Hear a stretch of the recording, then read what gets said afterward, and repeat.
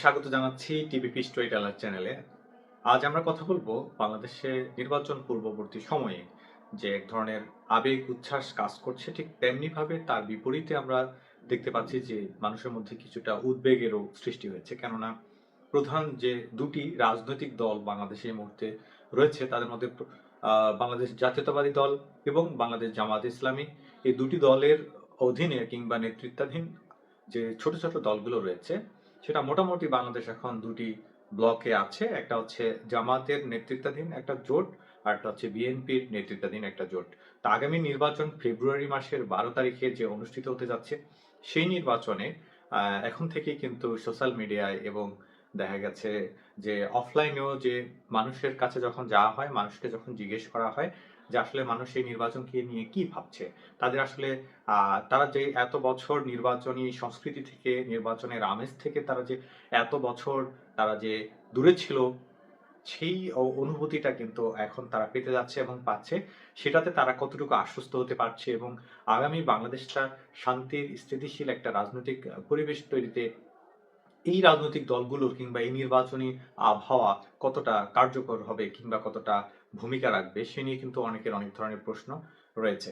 তো আমরা যে বিষয়টা নিয়ে মানুষের মধ্যে বেশিরভাগ ক্ষেত্রে উদ্বেগ দেখেছি, সেটি হচ্ছে মানুষ আসলে চায় যে প্রধান যে দুটি রাজনৈতিক দল এখন বাংলাদেশে রয়েছে, তাদের মধ্যে এক ধরনের সম্প্রীতির প্রয়োজন অনুভব করছে সাধারণ মানুষজন। কেননা মানুষ মনে করে যে এই দুটি রাজনৈতিক দল যদি একতাবদ্ধ হয়ে চায় যে একটা সুষ্ঠু সুন্দর নির্বাচন উপহার দিতে, তাহলে কিন্তু সেটি সম্ভব হবে। আর যদি সেটি না হয়, অর্থাৎ এই দুটি রাজনৈতিক দলের মধ্যে যদি একটা সম্প্রীতির না হয়, সম্প্রীতির একটা আবহ তৈরি না হয়, সেক্ষেত্রে সেটির প্রভাব কিন্তু আগামী নির্বাচনের আগে কিন্তু সেটি পড়বে এবং এতে করে যারা ষড়যন্ত্রকারী রয়েছে, যারা এই নির্বাচনকে বানচাল করতে চায়, এই নির্বাচনের যে আমেজ আছে সেটিকে শঙ্কায় নিমজ্জিত করতে চায়, তারা কিন্তু সেই সুযোগটি কাজে লাগাতে পারে।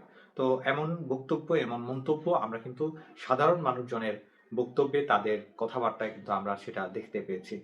এছাড়া আরেকটা বিষয় হচ্ছে, নির্বাচন নিয়ে যদি আমরা বলতে চাই, তাহলে আগামী নির্বাচনটা মূলত বাংলাদেশের এমন একটি সময় হচ্ছে যে বাংলাদেশের যে নতুন প্রজন্ম, তারা কিন্তু যে ধরনের সংস্কার প্রত্যাশা করছে, অর্থাৎ গত 17 বছর যে সংস্কারের অভাবে বাংলাদেশে যে প্যাসিবাদী কাঠামো তৈরি হয়েছে, সেই প্যাসিবাদী কাঠামোকে বিলুপ্ত করে বাংলাদেশে একটি নতুন সংস্কৃতির রাজনীতি, বিচার ব্যবস্থা, আইন শৃঙ্খলা এবং অর্থনৈতিক সাম্যাবস্থা, এই বিষয়গুলো কিন্তু তৈরি হওয়ার প্রয়োজন বোধ করছে সাধারণ মানুষজন।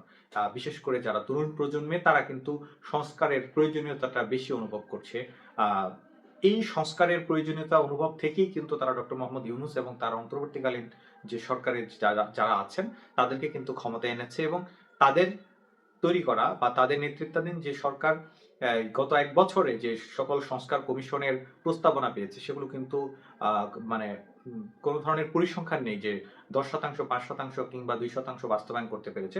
মোটের উপরে কিন্তু জেনজি প্রজন্ম কিংবা বর্তমান তরুণ প্রজন্ম কিন্তু এমনটাই ভাবছে যে অন্তর্বর্তীকালীন সরকার যে সংস্কারের আশা দিয়েছিল, সেই আশা কিন্তু এখনো পর্যন্ত বাস্তবায়ন করতে পারেনি এবং যদি সেটি দৃশ্যমান হতো, তাহলেও হয়তোবা আগামী নির্বাচনটা মানুষের জন্য আরো বেশি উপভোগ্য হতো। কিন্তু সরকারের কাছ থেকে নানান ধরনের সংকটের কথা আছে, তারা নানা ধরনের সীমাবদ্ধতার কথা বারবার বলে আসছেন। অন্তর্বর্তীকালীন সরকারের প্রধান উপদেষ্টা ডক্টর মোহাম্মদ ইউনূস সহ তার উপদেষ্টারা কিন্তু বারবারই যে বক্তব্য দিয়েছেন, সেখানে তারা রাজনৈতিক দলগুলোর অসহযোগিতার কথা বলেছেন, তারা আমলাতান্ত্রিক জটিলতার কথা বলেছেন, তারা বিভিন্ন পক্ষের অসহযোগিতার কথা কিন্তু বলেছেন। যে কারণে তারা বলছেন যে সংস্কার কমিশনের যে প্রস্তাবনাগুলো দেওয়া হয়েছে, সেই প্রস্তাবনাগুলো কিন্তু বাস্তবায়নের ক্ষেত্রে সরকারকে অনেক বেশি বেগ পোহাতে হচ্ছে। এমন বক্তব্য সরকারের কাছ থেকে আমরা যারা সাধারণ মানুষ, তাদের কিন্তু শুনে আসছে দীর্ঘদিন থেকেই। তো এই ছিল নির্বাচনের পূর্বের সময়ে মানুষের আসলে যে অনুভূতি, মানুষ যে বাস্তবতা সামনে নিয়ে আসছে, অর্থাৎ মানুষ বাস্তবে আসলে নির্বাচনী আমেজকে কিভাবে দেখছে, কিভাবে তারা সেটিকে সেলিব্রেট করতে যাচ্ছে, সেটার একেবারে সংক্ষিপ্ত একটা বিবরণী আমি সেই সঙ্গে যুক্ত করতে চাই যে বাংলাদেশের যে রাজনৈতিক দলগুলো রয়েছে, তাদের অ্যাক্টিভিটিসটা কিন্তু অন্যান্য বারের থেকে এইবার একটু ভিন্ন। দেখা যাচ্ছে যে গত ডিসেম্বরে বাংলাদেশে বড় ধরনের দুটি ঘটনা ঘটেছে। একটি হচ্ছে আগ্রাসন বিরোধী আন্দোলনের অন্যতম নেতা শরীফ ওসমান হাদী, যিনি হচ্ছেন বাংলাদেশের এই যে তরুণ প্রজন্ম, এই তরুণ প্রজন্মের যাকে ধারণ করে, যার ভাবনা, চিন্তা, দর্শন এই তরুণ প্রজন্ম অনুভব করে এবং তারা হৃদয়ে ধারণ করে, সেই শরীফ ওসমান হাদীকে হত্যা করা হয় এবং এর ফলে কিন্তু বাংলাদেশের তরুণ প্রজন্মের মনে কিন্তু একটি ক্ষোভের সৃষ্টি হয়েছে যে অন্তর্বর্তীকালীন সরকার দীর্ঘ সময় পার হয়ে যাওয়ার পরও কিন্তু এখনো পর্যন্ত তার হত্যাকাণ্ডে জড়িতদের শাস্তির মুখোমুখি করতে পারেনি, বিচার কার্য সম্পন্ন করতে পারেনি এবং দৃশ্যমান কোনো অগ্রগতিও কিন্তু নেই। যার ফলে তরুণ প্রজন্ম যেই ভোটের পরিবেশ চাচ্ছে কিংবা যে নির্বাচনী আমেজ প্রত্যাশা করছে, সেটি কিন্তু অন্তর্বর্তীকালীন সরকার গত ডিসেম্বরে তফসিল ঘোষণার পরপরই যখন এই হত্যাকাণ্ড সংঘটিত হয়, তখন থেকে তাদের মধ্যে এক ধরনের ভীতি, আশঙ্কা তৈরি করেছে যে আগামী নির্বাচনকে কেন্দ্র করে আর কি ধরনের এমন কি বলবো আমরা এটাকে, একেবারে নির্মম ঘটনা ঘটতে পারে, সেটা নিয়ে কিন্তু অনেক বেশি চিন্তা ভাবনা কিংবা শঙ্কাও তৈরি হয়েছে। তো বাংলাদেশের পরিস্থিতি কিন্তু এখন একেবারে বলা যেতে পারে যে মানে স্থবিরতার মধ্যে রয়েছে। যেমনি ভাবে বাংলাদেশের অর্থনৈতিক অবস্থা, বিনিয়োগের অবস্থা, বার্ষিক যে অন্যান্য সূচকগুলো রয়েছে অর্থনীতির, সেগুলোতে যেমনি ভাবে স্থবিরতা দেখা যাচ্ছে, ঠিক তেমনি ভাবে রাজনৈতিক অঙ্গনে যে নির্বাচনী আমেজ, সেটার মধ্যেও কিন্তু অনেকটাই স্থবিরতা দেখা দিয়েছে।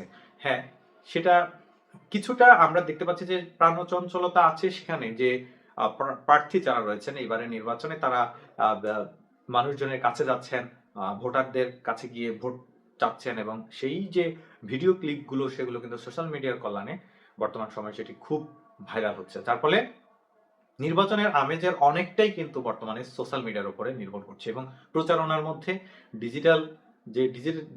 ডিজিটাল যে আমাদের কানেক্টিভিটি, সেই ডিজিটাল কানেক্টিভিটির কারণেই কিন্তু প্রচারণাটা যদিও ভেতরে অনেক ধরনের প্রশ্ন, জল্পনা কল্পনা রয়েছে, অনেক বেশি শঙ্কা রয়েছে, আশঙ্কা রয়েছে, তারপরও কিন্তু সেটি এগিয়ে যাচ্ছে। নির্বাচনের সময়ও ঘনিয়ে আসছে এবং সেই নির্বাচন নিয়ে যে কাজ, রাজনৈতিক দলগুলোর যে কর্মসূচি, সেগুলো কিন্তু এগিয়ে যাচ্ছে এবং সেগুলো মানুষের কাছে ছড়িয়ে পড়ছে। মানুষ কিন্তু দেখছে, লাখ লাখ মানুষ প্রতিদিন প্রার্থীদের নির্বাচনী কর্মসূচি দেখছে এবং তাদের ভোটারদের কাছে গিয়ে তারা যে বক্তব্য দিচ্ছেন, তারা যে প্রতিশ্রুতি দিচ্ছেন, সেই প্রতিশ্রুতি কিন্তু আমজনতা একেবারে দেশের নানা প্রান্ত থেকে কিন্তু মানুষ দেখছে। হয়তোবা আপনি ঝিনাইদহের কোনো একটা আসনে কোনো একজন এমপি প্রার্থী তিনি নির্বাচন করছেন, কিন্তু তার নির্বাচনী প্রচারণা দেখছে কক্সবাজারের কোনো একজন ভোটার। কাজেই ডিজিটালাইজেশনের দুনিয়ায় বা বাংলাদেশের এবারের নির্বাচনটা কিন্তু অন্যবারের মতো না। এবারের নির্বাচনে একজন প্রার্থী যদিও একটি সীমাবদ্ধ নির্দিষ্ট একটি এলাকার, কিন্তু দেখা গেছে যে সোশ্যাল মিডিয়ার কল্যাণে সেটি কিন্তু দেখা যায় যে তিনি পুরো বাংলাদেশকেই কিন্তু তিনি রিপ্রেজেন্ট করছেন।